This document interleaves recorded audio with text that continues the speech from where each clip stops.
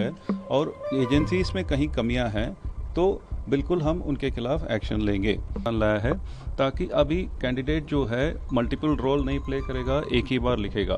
तो एग्ज़ाम के बीच में किसी का इंटरनेट चलेगा, एग्ज़ाम के बीच में कोई आके मदद कर सकता है, वो सब अवॉइड करने के लिए हमने सिस्टम बदल के एग्ज़ाम सोल्यूशन के ऊपर हमने एक और सीडैक सोल्यूशन लगाया है। अबाउट एसएससी एग्ज़ाम्स में ये कहना चाहूँगा कि जुलाई 2025 से इस साल के एग्ज़ाम शुरू हुए हैं और इस साल में हमने सिग्निफिकेंट चेंजेस लाए हैं। चेंजेस क्यों लाए हैं? चेंजेस इसलिए लाए हैं कि एग्ज़ाम्स में हमारा हमेशा एक पॉइंट ऑफ कंसर्न था कि माल प्रैक्टिसेस, कुछ माल प्रैक्टिसेस हो रहे थे, जैसे कि एक ही एंटिटी जो है क्वेश्चन भी बनाता है और एग्ज़ाम भी कंडक्ट करता था। तो माननीय कोर्ट ने भी आदेश दिया है कि आपको ऐसा नहीं करना चाहिए, क्वेश्चन कोई और देगा, एग्ज़ाम कोई और करेगा। दूसरी बात यह है कि इम्पर्सनेशन, कोई कैंडिडेट स्क्राइब बन के लिखेगा, कोई कैंडिडेट किसी और के लिए एग्ज़ाम सुपरविजन करेगा, कोई कैंडिडेट 2-3 बार 10 बार एग्ज़ाम लिखेगा। तो इन सब का अवॉइड करने के लिए हमने आधार का प्रावधान लाया है ताकि अभी कैंडिडेट जो है मल्टीपल रोल नहीं प्ले करेगा, एक ही बार लिखेगा।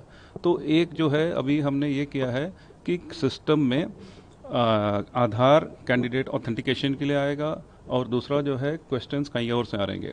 दूसरी प्रॉब्लम मल्टी शिफ्ट एग्ज़ाम में ये है कि अगर हम, क्योंकि लाखों लाखों लोग एग्ज़ाम के लिए लिखते हैं, एग्ज़ाम कई शिफ्ट में करेंगे और अगर एक शिफ्ट आसान है, दूसरा शिफ्ट थोड़ा मुश्किल है, तो कैंडिडेट को नुकसान होना नहीं चाहिए। तो इसलिए हमने पूरा नॉर्मलाइजेशन का तरीका बदला है।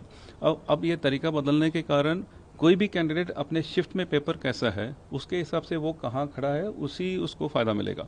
तो अगले शिफ्ट और इसका तुलना नहीं होगा। इसका दूसरा फ़ायदा ये भी है, क्योंकि सबसे पहले ऐसा होता था कि मल्टीपल शिफ्ट एग्ज़ाम में पहले शिफ्ट का पेपर आते ही लोग सब उसके बारे में मीडिया में, सोशल मीडिया में बहस होता है, सबको पता लग जाता था कि ये पूछ रहे हैं, ये पूछ नहीं है, ये नहीं पूछ रहे हैं। तो उसके कारण बाद वाले कैंडिडेट्स को एडवांटेज होता है। तो अभी उसको चेंज करने के लिए हम सिलेबस के अंदर ही अलग अलग क्वेश्चंस अलग अलग शिफ्ट में ला रहे हैं ताकि क्वेश्चंस पैटर्न रिपीट नहीं होगा, कैंडिडेट को कोई दिक्कत नहीं होगा। अब मेन चीज़ हमने ये लाया है कि एग्ज़ाम जो है प्राइवेट सेंटर्स में होते हैं। प्राइवेट सेंटर्स में इसको हम अवॉइड नहीं कर सकते हैं क्योंकि लाखों कैंडिडेट्स हैं और देश भर कैंडिडेट्स को एग्ज़ाम लिखना है, उतने कंप्यूटर सेंटर्स हमें चाहिए। अब इसमें कैंडिडेट्स और सेंटर्स और कुछ लोगों के माल प्रैक्टिसेस के कारण ऐसा हो जाता है कि एग्ज़ाम के बीच में किसी का इंटरनेट चलेगा, एग्ज़ाम के बीच में कोई आके मदद कर सकता है।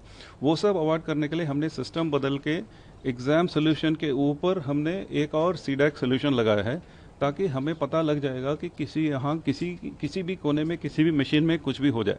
तो उसके कारण, उस इंटीग्रेशन के कारण जब इस साल का एग्ज़ाम पहली बार जब शुरू हुआ, जुलाई में सिलेक्शन एग्ज़ाम में कुछ जगह दिक्कतें आई, बीच में एग्ज़ाम रुक गया, बीच में एग्ज़ाम हैंग हो गया और मतलब बंद, वो सब इंटीग्रेशन के कारण हुआ है। उसी एग्ज़ाम के दौरान करेक्ट हुआ है और उसके बाद अभी सिस्टम स्टेबलाइज हुआ है। हमने इसीलिए सीजीएल को भी थोड़ा डिफ़र किया है ताकि इसको दोबारा टेस्ट करें, ऑपरेशनली चीज़ें ठीक बने और उसके बाद कंडक्ट करें। सर, धरना जो है वो पहली बार नहीं किया और इससे पहले भी धरना हुआ है।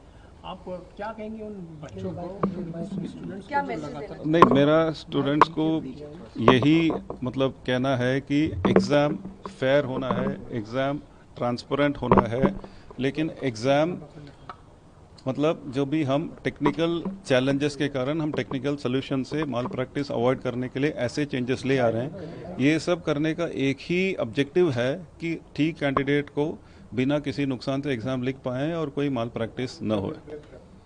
और स्टूडेंट को क्या मैसेज देंगे जो स्टूडेंट अगर आरोप लगा रहे हैं कि नहीं एग्जाम में गड़बड़ी हुई है, उनको धरना या प्रदर्शन करना पड़ रहा है, हाँ, तो उनको आप क्या मैसेज देंगे? कि तो मेरा यही कहना है कि जो भी है एग्ज़ाम कौन करवाता है वो दूसरी बात है, क्योंकि मेनली एसएससी का एग्ज़ाम है।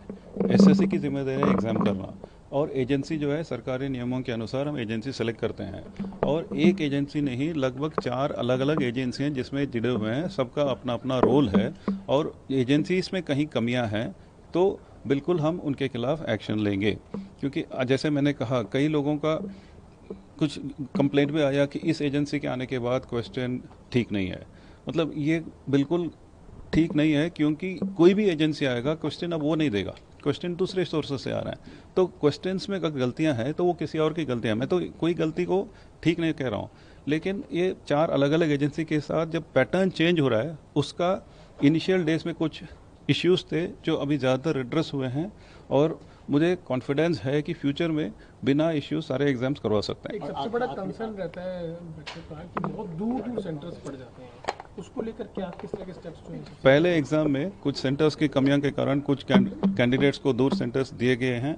उसके बाद दूसरे एग्ज़ाम जो स्टेनो एग्ज़ाम हुआ, लगभग 80% कैंडिडेट्स को उनके चुने हुए सेंटर्स दिए गए हैं, और हमने वेबसाइट में भी डाल दिया कि किसको कितने लोगों को क्या सेंटर मिला है।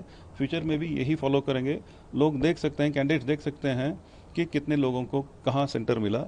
लेकिन एक बात तो है, कैंडिडेट्स कुछ जगह से ज़्यादा नंबर में आते हैं, उस नंबर में सेंटर्स कम है तो थोड़ा डिसलोकेशन होगा, लेकिन वो नंबर कम होता जाएगा। और एक आखिरी सवाल सर, कि आप जैसे कह रहे हैं कि जो भी एजेंसीज हैं अगर उनमें गड़बड़ी हुई है तो हम एक्शन लेंगे, तो स्टूडेंट को आप क्या कहेंगे? चूंकि स्टूडेंट सफ़र तो स्टूडेंट करता है और एग्जाम सर एसएससी लेता है, इस बीच में एजेंसीज तो कंडक्ट करने वाली संस्था है, लेकिन दो नुकसान होता है, इंस्टीट्यूशन की क्रेडिबिलिटी और स्टूडेंट जो सफ़र करते हैं। और सर ये एजेंसीज के नाम भी बता दीजिए, कौन कौन सी एजेंसी इन्वॉल्व है एग्जाम कंडक्ट कराने में, क्या रोल है उनका? कुछ एजेंसीज का नाम बताऊंगा नहीं, मतलब क्वेश्चन कहाँ से आता है वो बताएंगे नहीं, तो कुछ एजेंसी को नाम बता नहीं सकते हैं।